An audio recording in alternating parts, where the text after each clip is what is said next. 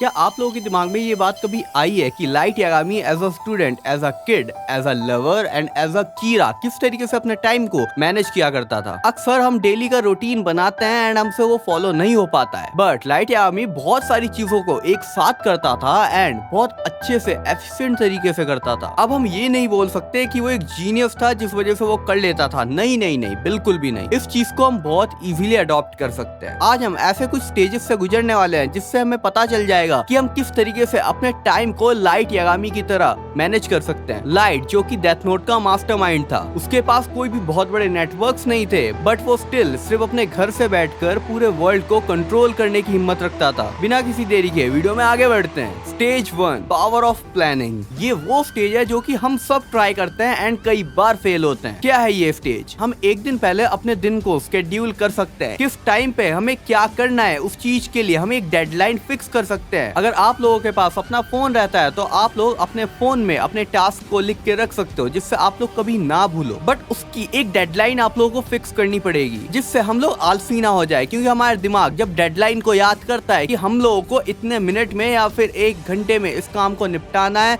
And साथ ही में हमें कितने बजे तक इस चीज को पूरा कर लेना है हर हालत में, जिससे हमारे दिमाग में सिग्नल जाता है कि आपको वो करना ही करना है। अगर आप लोग वो चीज नहीं करोगे तो आप लोगों के दिमाग में डोपामिन रिलीज होगा ही नहीं। Stage 2, efficient multitasking. अब आप लोगों में से मुझे ये बोलने आ जाएंगे लोग कि मल्टीटास्किंग संभव नहीं है सबके लिए पॉसिबल नहीं है। कुछ जीनियस लोग ही मल्टीटास्किंग कर सकते हैं ना, बट नहीं, बिल्कुल भी नहीं। मल्टीटास्किंग के एक लेवल्स होते हैं। अगर आप लोग उन लेवल्स को कंप्लीट करते हो, अचीव करते हो, तो आप लोग आगे जाके मल्टीटास्किंग को और ढंग से कर सकते हो। मल्टीटास्किंग को आप लोगों को कोई भी रिकमेंड क्यों नहीं करता है? क्योंकि मल्टीटास्किंग सबसे ज्यादा डेंजरस है। मल्टीटास्किंग करने वाला बंदा बहुत क्विक माइंड से सोचता है, पहली बात। बट मल्टीटास्किंग क्यों पॉसिबल नहीं होती है? क्योंकि हमारे दिमाग को सोशल मीडिया की बहुत गंदी आदत लग चुकी है। अगर हम सोशल मीडिया चलाने बैठते हैं तो हमें रील्स की गंदी आदत पड़ चुकी है, जिससे हम जल्दी फोकस नहीं कर पाते हैं। एंड मल्टीटास्किंग के लिए आप लोगों को एक टाइम पे 2 चीजों में फोकस्ड होना पड़ेगा। आप लोग उन चीजों को इतनी इजीली कर रहे होगे जैसे कि आप लोग एक टास्क को एक टाइम पे कर रहे हो। उसके लिए मैं आप लोगों को एक टिप दे देता हूँ। जब भी आप लोग वर्कआउट करते हो तो उस टाइम पॉडकास्ट सुनो, जहाँ पे आप लोग अपने बॉडी से भी काम ले रहे हो एंड अपने दिमाग में भी इंफॉर्मेशन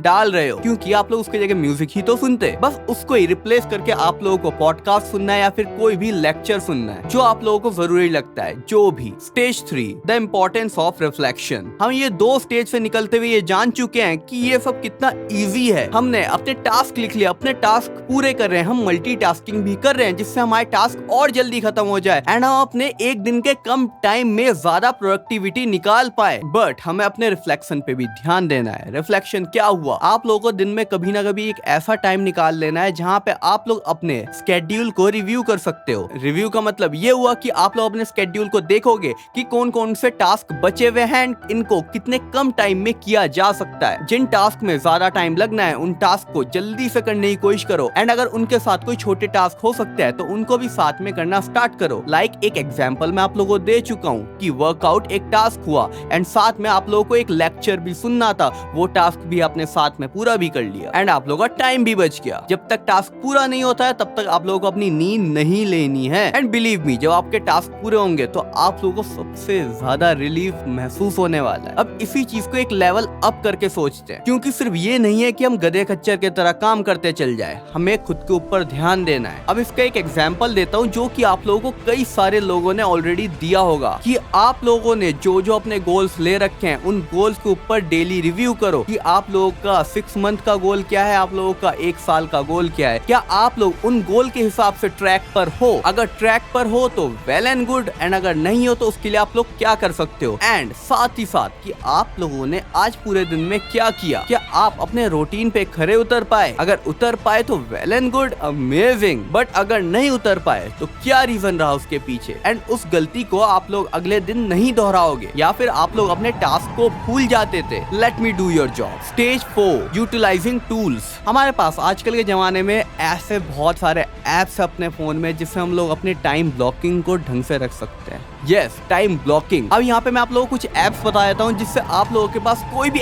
एक्सक्यूज ना रहे कि हमारे पास ये चीज नहीं थी जिस वजह से हम भूल गए। यस, अब आप लोगों के पास अपना एक असिस्टेंट रहेगा। लाइक वो आप लोगों को हमेशा रिमाइंड करा दिया करेगा कि आप लोगों को इस टाइम पे ये टास्क करना था। एंड ये सारे ऐप्स आप लोगों को प्ले स्टोर पे मिल जाएंगे। फर्स्ट इज ब्लॉकॉस, जो कि मैं बहुत टाइम तक यूज कर चुका हूँ। Second is Todoist, third notion and fourth Google calendar. अब मुझे लगता है कि ऊपर के शायद 3 आप लोगों के पास ना हो, बट गूगल कैलेंडर सबके पास होगा, तो उसका यूज करो एंड अपने दिन को पहले से ही समराइज कर लो कि आप लोगों को क्या करना है उस दिन में, पहले से स्केड्यूल कर लो, एक डेडलाइन बना लो कि आप लोगों को अपने टास्क कब तक कंप्लीट करने हैं। Stage 5, staying discipline and focus. एक चीज मेरे हाथ में बिल्कुल भी नहीं है, वो क्या, आप लोगों का डिसिप्लिन रहना। मैंने आप लोगों को यहाँ पे बहुत सारे टिप्स एंड ट्रिक्स बताई होगी आज तक, बट सक्सेसफुल वो हो सकता है जिसको कंसिस्टेंसी आती हो, जिसको डिसिप्लिन रहना आता हो। अब फोकस्ड एंड डिसिप्लिन रहना बहुत इजी है। वो कैसे, आप लोगों का जो वर्क स्पेस है या फिर आप लोगों का जो स्टडी स्पेस है, उस जगह को आप लोग हमेशा फ्री करके रखो, क्लीन करके रखो। आप लोगों को जो करना है अगले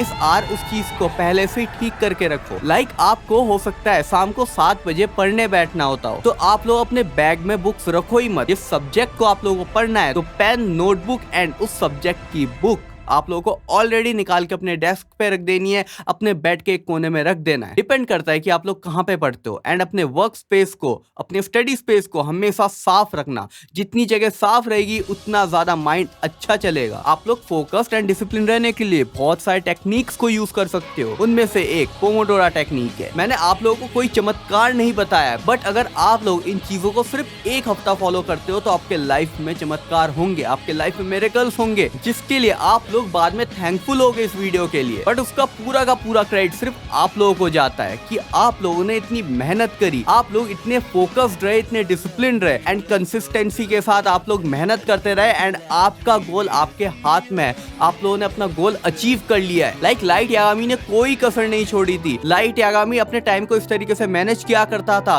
कि वो एज अ कीड़ा भी अपने लिए टाइम निकाल लिया करता था। बट मल्टीटास्किंग वो कहाँ पे किया करता था, वो जब भी अपने होमवर्क किया करता था उस टाइम वो कीड़ा के प्लान्स के बारे में सोचा करता था। Isn't it cool? अगर आप लोगों को भी कूल बनना है लोगों के नजरों में, तो आप लोगों को खुद पे मेहनत करनी पड़ेगी। तो आज की वीडियो आप लोगों को कैसी लगी कमेंट बॉक्स में जरूर बताना। एंड आप लोगों को नेक्स्ट किस पे वीडियो चाहिए वो भी कमेंट में जरूर बताते हुए जाना। सो मिलते हैं फिर नेक्स्ट वीडियो में, तब तक के लिए कीप ग्रोइंग।